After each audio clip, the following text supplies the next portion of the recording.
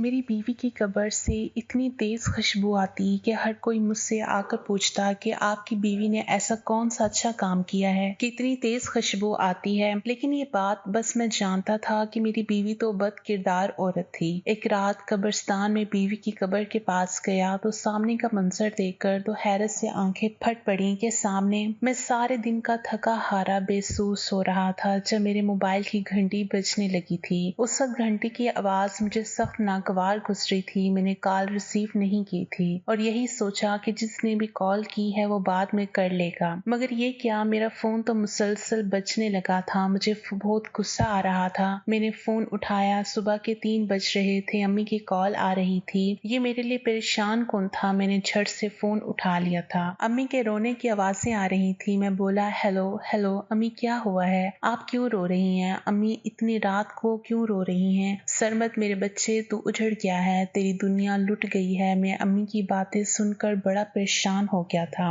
एक सेकंड के 1000वें हिस्से में मेरे जहन में कई ख्याल आ गए थे कि आखिर ऐसा क्या हो गया है कि मेरी अम्मी ये सब कह रही हैं। मैं बोला, अम्मी कुछ तो बताएं, हुआ क्या है? अम्मी बोली, तेरी सबा मर गई है। ये बात सुनकर मैं बिल्कुल चुप हो गया था। सबा मर गई? वो कैसे मर सकती है? ये झूठ है। अम्मी बोली, सरमत तुझे मेरी आवाज तो आ रही है ना? तो दफा मार पैसे को, क्या सारी उम्र नौकरी करता रहेगा? इधर सबा मर गई, तो जल्दी से आ जा। अम्मी रो रही थी। फिर उसने फोन बंद कर दिया, जबकि मैं तो अभी भी फोन कान से लगा कर बैठा था। मेरा दिमाग बिल्कुल भी काम नहीं कर रहा था। अम्मी ने बड़ी गैर फिक्री सी बात कर दी थी। सीधा यही कह दिया कि सबा मर गई है। मैंने जल्दी से फोन कान से हटाया और व्हाट्सएप पर आ गया था। मैं कल रात वाली चैट को पढ़ने लगा था। सबा मेरी मिन्नतें कर रही थी। वो कह रही थी कि सरमद आप जल्दी से वतन वापस लौट आएं। अब मैं आपके बगैर नहीं रह सकती। वो पिछले 2 हफ्तों से मुझे यही सब कह रही थी और मेरी मुंतजिर थी। मैंने भी सोचा कि बीवी को इंतजार करवाना ठीक नहीं है, इसलिए मैंने अपने सर से बात की थी। वो मुझे छुट्टी देने पर रजामंद हो गया था। मैंने घर वालों से चोरी छुपे पाकिस्तान की टिकट भी करवा ली थी। मैं सुबह को सरप्राइज देना चाहता था और अब अम्मी ने कितनी आसानी से कह दिया था कि तुम्हारी बीवी मर गई है। अब मेरी आंखों से आंसू टूट कर गिरने लगे थे। बैठे बैठे सुबह के 5 बज गए थे। मैंने जल्दी से अपना सफरी बैग उठाया और एयरपोर्ट पहुंच गया। सीट मैंने पहले ही बुक करवाई हुई थी, इसलिए मुझे ज्यादा मुश्किल पेश नहीं आई थी। मैं पाकिस्तान के लिए रवाना होने वाले जहाज पर सवार हो गया था। मुझे इस बात का अफसोस था कि मैं तो सबा से मिलने के लिए ही जाना चाहता था,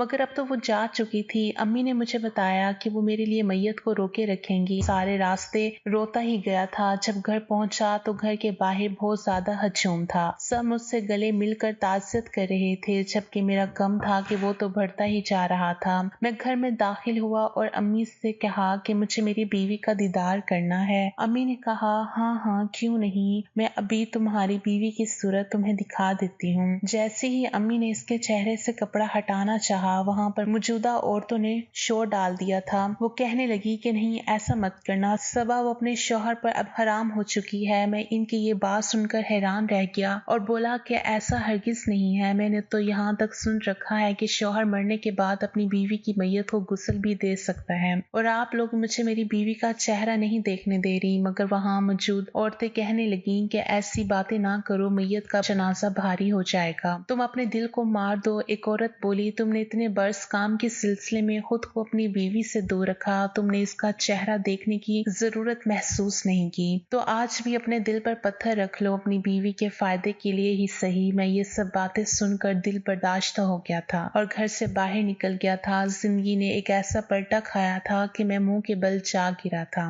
दरअसल मेरी और सबा की शादी 9 साल पहले हुई थी और इन 9 बरसों में मैं सिर्फ 3 बार ही पाकिस्तान आया था, वो भी फकत 15 दिन के लिए। सबा हर वक्त उदास रहती थी और मुझसे जुदाई के शिकवे किया करती थी। वो यही कहती थी कि सरमद, अगर आप खुद मेरे पास नहीं आ सकते तो कम अज कम मुझे अपनी औलाद ही दे जाएं ताकि मेरा दिल इसमें लगा रहे। मगर मैं तो ऐसे झंझटों में खोया था कि मुझे वतन वापस आने का भी टाइम नहीं मिल रहा था। मैंने उससे वादा किया था कि मैं बहुत जल्द लौट आऊंगा और तब तक वापस नहीं जाऊंगा जब तक अल्लाह हमें खुशखबरी ना दे दे। मेरी और सबा की अरेंज मैरिज हुई थी। हम दोनों शादी से पहले एक दूसरे के लिए अजनबी थे। अम्मी ने इससे मेरे लिए पसंद किया था। अम्मी ने मुझे सबा की तस्वीर दिखाई थी और फकत इतना कहा था कि लड़की बहुत सुलझी हुई है, शादी तो करनी ही है, तो फिर इससे क्यों नहीं। शक्ल व सूरत के लिहाज से भी वो बेहतरीन है। मैंने जब सबा की तस्वीर देखी थी तो दिल में सोचने लगा था कि ऐसा हीरा अम्मी को मेरे लिए कहाँ से मिल गया। मैं इस रिश्ते पर रजामंद हो गया था क्योंकि मैं तो किसी से मोहब्बत नहीं करता था,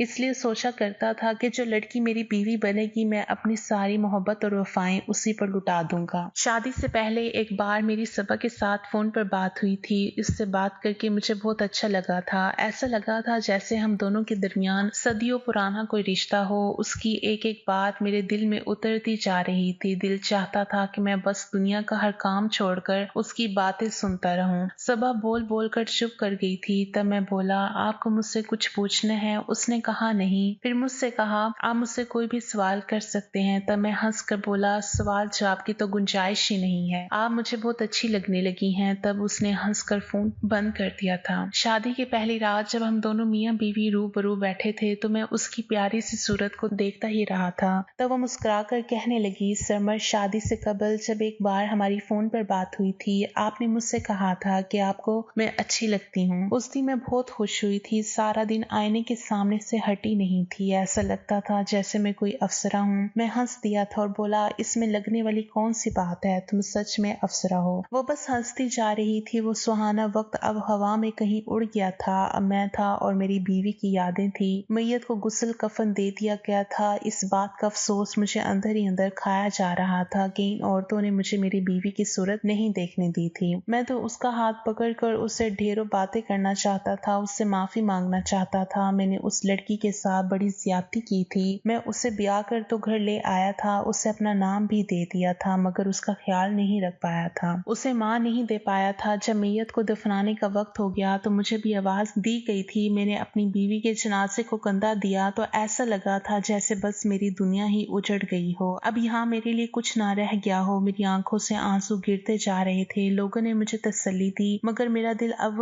बहलने वाला नहीं था। मैयत को दफन कर दिया गया। सब लोग घरों को वापस लौट गए थे, लेकिन मैं अपनी बीवी की कब्र के पास जाकर बैठ गया था। अब अंधेरा हर सू फैल चुका था। तन्हाई थी, उदासी थी और सबसे अहम बात ये थी कि उस वक्त मैं और सबा तन्हा थे। मैं उसकी कब्र के पास बैठकर बातें करने लगा था। मैंने उससे कहा था, सबा, मुझे मालूम है कब्र की पहली रात बहुत कठिन होती है, बहुत मुश्किल वक्त होता है, मगर तुम परेशान मत होना। तुम एक अच्छी लड़की हो, तुमने कभी कोई बुराई नहीं की थी, तुम अपने शौहर की वफादार थी, तुमने हमेशा सब्र और शुक्र के साथ जिंदगी गुजारी। इंशाल्लाह तुम्हारे साथ अगले मामलात अच्छे होंगे, तुम बेफिक्र हो। इंशाल्लाह अल्लाह तुम्हारे साथ बेहतर करेगा। मैं बैठकर कुरानी आयात पढ़ने लगा था। यूं ही रात बीत गई थी। सुबह अम्मी मुझे आकर कब्रिस्तान से ले गई थी। वो मुझे कहने लगी, मुझे बताओ तुम पागल तो नहीं हो गए क्या? सारी रात कोई कब्र के पास भी बैठता है? तब मैं अम्मी के गले लगकर फूट फूट कर रोने लगा था और बोला कि अम्मी मैं क्या करूं, मेरा दिल मेरे बस में नहीं है, मुझे ऐसा करना पड़ रहा है, मैं क्या करूं, कहाँ जाऊं? अगर अपनी बीवी के पास ना बैठूं तो क्या करूं?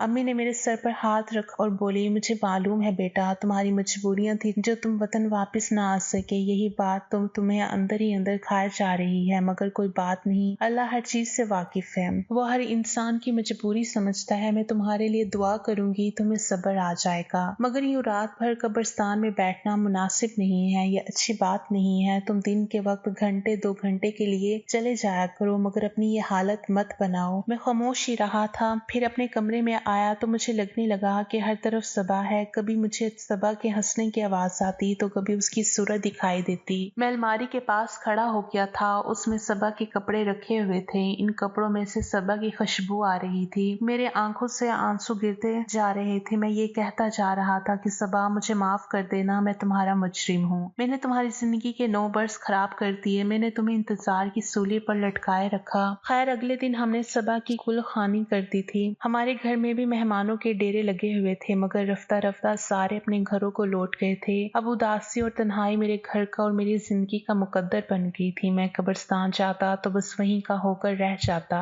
अम्मी कभी किसी मोहल्लेदार को मेरे पास भेज देती तो कभी किसी को। मोहल्लेदार मुझे हाथ से पकड़ कर घर ले जाते थे। सच कहूँ तो मेरा घर में दिल नहीं लगता था। मैं बस यही चाहता था कि हर वक्त कब्रिस्तान में ही बैठा रहूं। आज भी अम्मी ने मोहल्ले के मौलवी साहब को मुझे लेने के लिए भेज दिया था। मौलवी साहब ने मुझे समझाया और कहने लगे कि ये दुनिया से कटकर फकत कब्रिस्तान का होकर रह जाना अच्छी बात नहीं है। तुम्हें चाहिए कि तुम अपनी बूढ़ी माँ का ख्याल करो, उसका एहसास करो, उसका साथ दो। वो परेशान है, वो घबराई हुई है, उसने मौत को बहुत करीब से देखा है और फिर तुम तो उसके इकलौते बेटे हो। वो डरती है कि कहीं तुम्हें कुछ ना हो जाए, तुम फिर ऐसा क्यों कर रहे हो? अपनी माँ को परेशानी में मुब्तला मत करो, इस चीज का गुनाह तुम्हारे सर हो जाएगा, अल्लाह तुमसे नाराज हो जाएगा। मैं चुपचाप मौलवी साहब की बातें सुनता रहा था। दिल में सोचा कि पहले बीवी को तंग किया और अब माँ को तंग करना मुनासिब नहीं है। घर पहुंचा तो मेरी अम्मी ने अपने सर से दुपट्टा उतार कर मेरे कदमों में रख दिया था। मैं तो उनकी सरकत पर दंग रह गया था। मैं बोला, अम्मी आपको क्या हो गया है? आप ये क्या कर रही हैं? तब अम्मी फूट फूट कर रोने लगी थी। वो कहने लगी, बेटा सरमद देख लो, ये मेरा दुपट्टा तुम्हारे पाँव में पड़ा है। तुम्हें वास्ता देती हूँ कि आज के बाद कब्रिस्तान मत जाना। अब तुम्हारी मर्जी है कि मेरी बात मानोगे या रद्द कर दोगे। मैंने जल्दी से अम्मी का दुपट्टा उठाकर उनके सर पर डाल दिया था और बोला, अम्मी आपने ये क्या कर दिया? मेरे पास अब दुनिया में रह क्या गया है सिवाय सबा की कब्र के? मैं इसके पास जाता हूँ तो अच्छा लगता है, दिल को सुकून मिलता है। आपने तो मुझसे मेरी ये खुशी भी छीन ली है। अब आप ही मुझे बताएं कि मैं क्या करूँ। तब अम्मी कहने लगी, बेटा मेरा ख्याल करो, मेरा भी एहसास करो। आज तुम सबा के लिए रोते हो, उसे वक्त नहीं दे पाए, तो कल मेरे लिए रोगे कि अपनी माँ को भी वक्त नहीं दे सका। इसलिए जब तक मैं जिंदा हूँ तो मेरा एहसास कर लो। मैंने तुम्हारे पाँव पे दुपट्टा रख दिया है। मैं बोला, अब मेरे पास और चारा ही नहीं है, आप जैसा कहेंगी मुझे वैसे ही करना होगा। मैं इतना कहकर अंदर अपने कमरे में चला गया था। अब मैंने सोच लिया था कि मैं कब्रिस्तान नहीं जाऊंगा और फिर मैंने अपनी इस बात पर अमल भी किया था। आज 7 दिन हो गए थे मैं कब्रिस्तान नहीं गया था। मैं घर से बाहर निकला तो मुझे एक औरत ने रोक लिया। वो कहने लगी, बेटा बात तो सुनो। मैं बोला, जी कहें। तो वो कहने लगी, मुझे बताओ तुम्हारी बीवी कौन सा नेक अमल किया करती थी? मैं बड़ा हैरान हुआ और बोला, क्यों, आप क्यों पूछ रही हैं? तो वो कहने लगी, तुम्हारी बीवी जब से मरी है कब्रिस्तान से बहुत तेज खुशबू आती है। मैं आज गई थी वहाँ अपने बिछड़ों से मिलने के लिए, तो तुम्हारी बीवी की कब्र के पास जाकर खड़ी हो गई थी कि फातिहा पढ़ लो, जवान जहाँ बच्ची फोत हुई है। तब कब्र से ऐसी खुशबू आई कि लगा ये जन्नत की ही खुशबू है। तब मैंने सोचा कि तुमसे जाकर पूछूं कि तुम्हारी बीवी ऐसे कौन से नेक अमाल करती थी कि अल्लाह ने उस पर इतना रहम किया है, इसकी तो कब्र से ही खुशबू आने लगी है। मैं बोला, मैं नहीं जानता, बस इतना जानता हूँ कि मेरी बीवी एक वफादार और अच्छी लड़की थी। वो औरत सर हिलाकर आगे बढ़ गई थी। मेरा दिल चाहा कि मैं भी कब्रिस्तान जाकर अपनी बीवी की कब्र से खुशबू सूंघ लूं, मगर फिर अम्मी का दुपट्टा याद आ गया जो उन्होंने मेरे पाँव में रखा था। इसलिए मैं रुक गया और अपने घर वापस चला गया था। इसके बाद तो मैं जब कभी भी मोहल्ले में निकलता, सब लोग मुझे रोक रोक कर यही सवाल पूछते थे कि हमें ये तो बताओ कि तुम्हारी बीवी कौन से नेक अमाल किया करती थी, क्योंकि तुम्हारी बीवी की कब्र से बहुत अच्छी खुशबू आती है। मैंने ये बातें सुनकर अम्मी से कहा कि अम्मी मुझे ये बताएं सबा में क्या खूबी थी? तो अम्मी रो कर कहने लगी, सबा तो सर ता पाँव खूबियों से भरी हुई थी। मैं तुम्हें कौन कौन सी बात बताऊं? अच्छा मुझे ये बताओ कि तुम मुझसे ये सवाल क्यों कर रहे हो? मैं बोला, अम्मी मोहल्ले में यही मशहूर है कि सबा की कब्र से खुशबू आती है। ये बात सुनकर अम्मी का मुंह खुले का खुला रह गया था। वो कहने लगी, अल्लाह अकबर, अल्लाह अकबर, मेरी बहू इतनी नेक थी, मैं भी जाऊंगी कब्रिस्तान और सूंघ कर आऊंगी कि ये कैसी खुशबू है। तब मैं बोला, आपने मेरे जाने पर तो पाबंदी लगा दी है, क्या ये मुनासिब है? अम्मी कहने लगी, हाँ बेटा ये मुनासिब है। मैं तुम्हारी जान बचाना चाहती हूँ, मेरे लिए तो सब कुछ तुम ही हो। तुम्हें एक कब्र के सहारे जिंदगी गुजारते हुए नहीं देख सकती। मैं तो चाहती हूँ कि तुम्हारी दूसरी शादी कर दूं, तुम्हारा घर बसा दूं, मगर एक तुम हो के हर वक्त सबा की कब्र के पास बैठे रहते हो। खैर छोड़े इन बातों को, मैं कब्रिस्तान से होकर आती हूँ। अम्मी ने खुद मुझ पर तो पाबंदी लगाई हुई थी, मगर वो तो मेरी बीवी से मिलने चली जाया करती थी। मेरी जिंदगी बड़ी बेरौनक हो गई थी। जब अम्मी घर वापस आई तो मैंने उनसे पूछा कि आपको कोई खुशबू आई है? तब अम्मी ने असबाब में सर हिला दिया था। वो कहने लगी, हाँ मुझे भी खुशबू आई थी। मोहल्ले वाले सच ही कह रहे हैं, मैंने तो पहले ही तुमसे कहा था कि सबा बहुत अच्छी लड़की थी, वो नमाज रोजे की भी पाबंद थी। अब उसकी कब्र से खुशबू आना इस बात की दलील है कि वो जन्नती रूह है, अल्लाह ने उसे बख्श दिया है, अब वो जन्नत के मेवों में बैठी राज कर रही है। और तुम हो कि उसकी कब्र को सीने में दफन करके बैठे हो। बेटा वो चली गई है, इस बात को तस्लीम कर लो, अब तुम भी अपना घर बसाओ। तब मैं बोला, अम्मी मैं अपना घर कैसे बसाऊं? मैं दूसरी शादी कैसे कर लूं? क्या आपको नहीं पता है कि मैंने अपनी पहली बीवी के साथ क्या किया? मैं तो इस बेचारी को छोड़कर चला गया। 9 साल में सिर्फ 3 बार आया इसके पास। मैं तो पहली शादी के भी काबिल नहीं था और आप मुझसे कह रही हैं कि मैं दूसरी शादी करूं। वो मर्द जो अपनी बीवी को वक्त नहीं दे सकता, उसे शादी करने का कोई हक नहीं है। इतना कहकर मैं अपने कमरे में चला गया था। मैंने व्हाट्सएप खोली थी। मैं अपनी बीवी के पुराने मैसेजेस पढ़ने लगा था। वो कभी कभार मुझे मैसेज किया करती थी। जैसे ही मैं पाकिस्तान से वापस आया था तो मुझे सबा ने बताया था कि उसका मोबाइल चोरी हो गया है, इसलिए अब वो अपनी सहेली के मोबाइल से कभी कभार मुझे मैसेज किया करती थी। मेरी इसके साथ कॉल पर बात नहीं हो पाती थी। वो जब भी मुझे मैसेज करती तन्हाई और उदासी का ही इजहार किया करती थी। वो मेरी मिन्नत समाजत किया करती थी और मुझसे कहती थी कि खुदारा आप वतन वापस आ जाए, मैं अब आपका और इंतजार नहीं कर सकती। मैं सबा से वादा कर लेता और उसे यकीन दिलाता कि मैं जल्द वापस लौट आऊंगा तो वो खुश हो जाती और फिर मुझे अल्लाह हाफिज कह देती थी। हैरत की बात तो ये थी कि उसने कभी अम्मी के नंबर से मुझसे बात नहीं की थी। मैं जब भी अम्मी को कॉल करता और अम्मी से कहता कि मेरी सबा से बात करवा दें तो वो कहती कि सबा सो रही है और कभी कहती कि वो अपनी सहेली के घर गई है। अक्सर सबा किचन में काम किया करती थी और यूं हमारी कॉल पर बात नहीं हो पाती थी। एक दो बार कॉल पर बात हुई थी, तब सबा कह रही थी कि सरमद आप मुझे कॉल मत किया करें, अम्मी के सामने मैं खुलकर बात नहीं कर पाती। मैंने उससे कहा था कि तुम नया फोन खरीदो। मैंने अम्मी के हाथ उसके लिए पैसे भी भिजवाए थे, मगर उसने इन पैसों से अपने लिए सोने की अंगूठी बनवा ली थी, पर फोन नहीं खरीदा था। मैंने वजह पूछी तो वो कहने लगी कि मैं आपसे तभी बात करूंगी जब आप वतन वापस आ जाएंगे। मैंने फोन ले लिया तो आप फिर वापस ही नहीं आएंगे, आप तो कॉल पर ही बात करके दिल बहला लिया करेंगे। सच तो ये है कि मैं सबा से बहुत मोहब्बत करता था। मैं वतन इसलिए नहीं आया था कि मैं बहुत ज्यादा सरमाया कमा लेना चाहता था। मेरी यही ख्वाहिश थी कि मैं पाकिस्तान में अपना कारोबार शुरू करूं और फिर सारी जिंदगी सबा के संग गुजार सकूं। मैंने सोचा था कि ये चंद बरस में मुश्किल में गुजार लेता हूं, फिर अपनी बीवी के पास चला जाऊंगा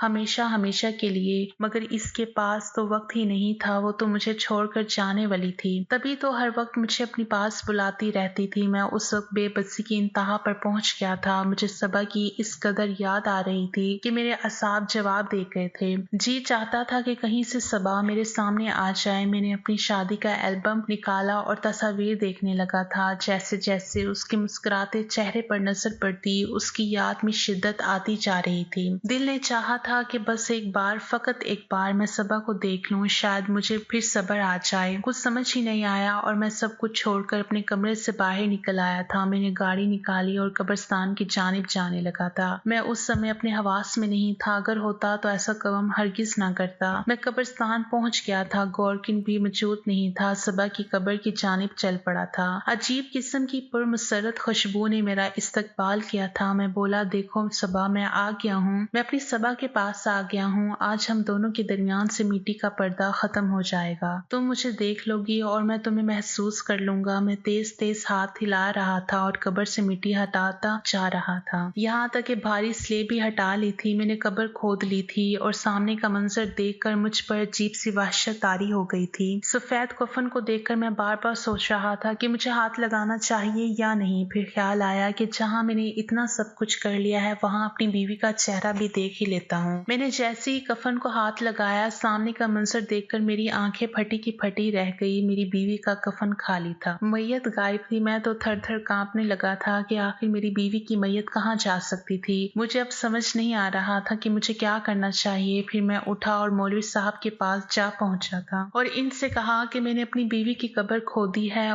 वहाँ फकत कफन है, मैयत गायब है। मौलवी साहब ने कानों को हाथ लगाया और कहने लगे, तौबा, तुमने तो बहुत बड़ी गलती कर दी है। तुमने कब्र क्यों खोद डाली? तुम पर अल्लाह का अज़ाब नाज़िल हो जाएगा। लगता है अल्लाह ने मुर्दे का पर्दा रखने के लिए इसकी मैयत गायब कर दी है। तुम इस बात को छुपा लो और वापस मिट्टी डालकर सच्चे दिल से तौबा कर लो। अल्लाह बड़ा मेहरबान है, बख्शने वाला है। मैं मौलवी साहब की बातें सुनकर हैरान हुआ था। मैंने इनके सामने इतना बड़ा मसला रख दिया था और वो मुझे गुनाहों की माफी मांगने का दर्स दे रहे थे। मैं वहां से उठकर थाने की तरफ चल पड़ा था। मैंने थाने में रिपोर्ट दर्ज कराई और बताया कि मेरी बीवी की मैयत गायब है कब्र से। पुलिस वाले मुझ पर इल्जाम ठहराने लगे और कहा कि तुमने कानून की रूह से जुर्म कर दिया है। कब्र खोदना जुर्म था। मैंने जल्दी से बात बना दी कि मुझे शक था कि कब्र में मेरी बीवी नहीं है, इसलिए मैंने कब्र खोदी है। कांस्टेबल ने मेरी रिपोर्ट दर्ज कर ली थी और फिर मेरी बीवी की लाश की तलाश शुरू हो गई थी। मोहल्ले वालों से भी पूछगछ की गई थी। सब हैरान थे। जैसे जैसे किसी को पता चलता कि मेरी बीवी की मैयत गायब है, वो कानों को हाथ लगाकर माफी मांगने लगता और कहता कि ये तो खुदा का कहर नाजिल हुआ है। हम तो जिस लड़की को नेक समझ रहे थे, शायद वो इतनी नेक नहीं थी। जब ही तो उसे कब्र भी नसीब नहीं हुई। ये बातें सुन सुनकर मैं मरीज बनता जा रहा था। मैं मुझे डांटती रहती थी। वो कहती कि तुमने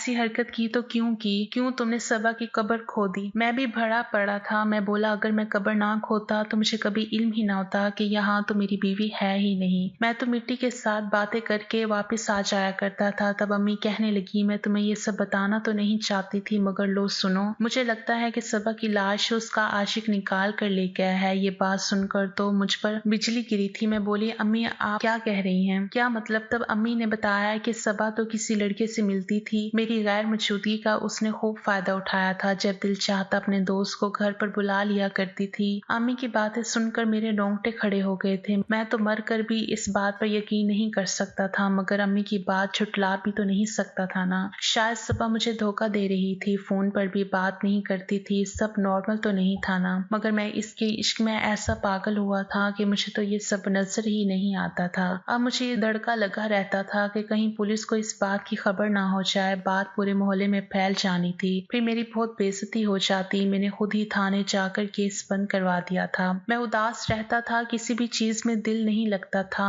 अम्मी मुझे दूसरी शादी का कहती मगर मेरा इंसानियत से यकीन उठ गया था। आज भी मैं बहुत खफा सा बैठा हुआ था जब अचानक से हमारे घर के दरवाजे पर दस्तक हुई थी। अम्मी ने दरवाजा खोला था। मैं इनकी जानिब देख रहा था। वो बहुत घबराई हुई लग रही थी। मैं जल्दी से उठकर उनके पास गया तो देखा कि दरवाजे पर पुलिस खड़ी थी। मैंने उनके आने का मकसद पूछा तो इनका इंकशाफ सुनकर रोंगटे खड़े हो गए थे। मुझे पुलिस इंस्पेक्टर ने बताया था कि मैंने पुलिस को केस बंद करने का कहा था मगर उन्होंने अपनी तफ्तीश जारी रखी थी। मुझे बताया गया था कि मेरी बीवी तो मरी थी ही नहीं, इसकी मौत का झूठा ड्रामा रचाया गया था। अब ये सब किसी और ने नहीं बल्कि मेरी सगी माँ ने किया था। अम्मी ने मेरी बीवी सबा को कोठे पर बेच दिया था। पुलिस मेरी बीवी को वहां से ले आई थी मगर इस दौरानी में उस पर बहुत जुल्म हुआ था। पुलिस ने मेरी अम्मी को गिरफ्तार कर लिया था और मुझे थाने ले गए थे। वहां मुझे सबा नजर आई थी। वो मुझे देखकर रोती रही थी। मैं उसके पास गया तो वो कहने लगी मैं आपके काबिल नहीं रही। कोठे वालों ने मुझे आपके काबिल छोड़ा ही नहीं। मैंने अम्मी से पूछा कि आपने ये सब क्यों किया तो वो कहने लगी जवानी में मुझे अपने कजन के मंगेतर से बड़ी शदीद मोहब्बत हो गई थी। मैंने मुनीर से कहा था कि मुझे अपना लो मगर वो तो मेरी कजन के इश्क में दीवाना हुआ था, मेरी सुनता ही नहीं था।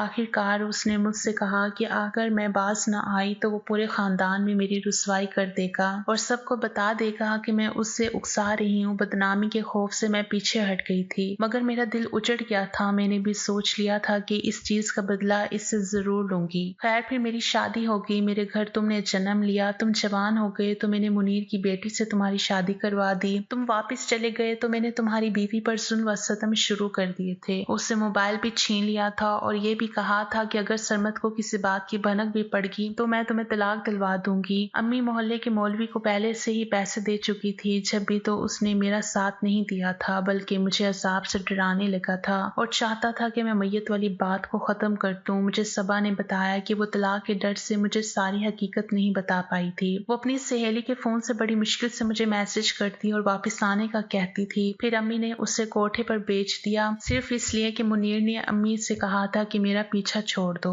नहीं तो खानदान भर में मैं तुम्हें बदनाम कर दूंगा। अम्मी ने उसकी बेटी को बदनाम कर दिया था। सबा ने बताया कि वो हर रोज अपनी कब्र के पास तेज खुशबू चढ़ कर आ जाया करती थी ताकि मैं उसे याद करता रहूं और एक ना एक दिन इस सारी बात की तह तक पहुंच सकूं। अम्मी अब पुलिस की हिरासत में थी। मैंने इन्हें छुड़वाने की कोशिश नहीं की थी। मैंने सबा को अपना लिया था। वो मेरी संगत में बहुत खुश है। अल्लाह ने हमें प्यारी सी बेटी से नवाज दिया है। अगर आपको आज की कहानी पसंद आई है तो वीडियो को जरूर लाइक कीजिएगा और अपने दोस्तों के साथ भी शेयर कीजिएगा। और हाँ, अगर आपने अभी तक हमारा चैनल सब्सक्राइब नहीं किया तो इसे जरूर सब्सक्राइब करें। मिलते हैं कल एक नई और दिलचस्प कहानी के साथ। अल्लाह हाफिज।